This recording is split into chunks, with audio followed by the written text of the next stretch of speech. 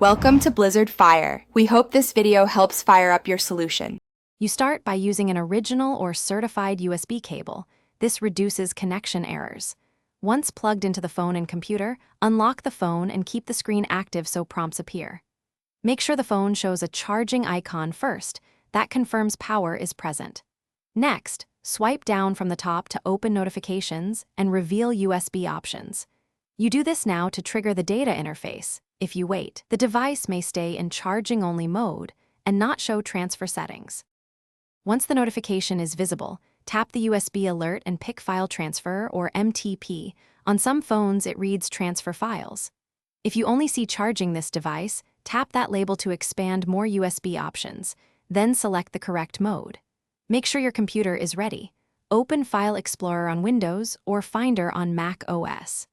If prompted by the phone to allow access, grant permission. This lets your computer enumerate folders and move files. After selection, wait a few seconds for drivers to finish loading.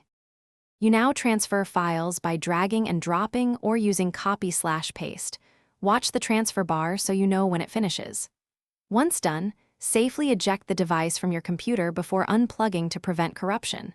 If the phone isn't detected, try a different USB port or another cable, then reboot the phone and PC.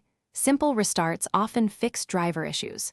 If problems persist, install the phone maker's USB drivers on the computer or briefly enable developer USB debugging to force recognition.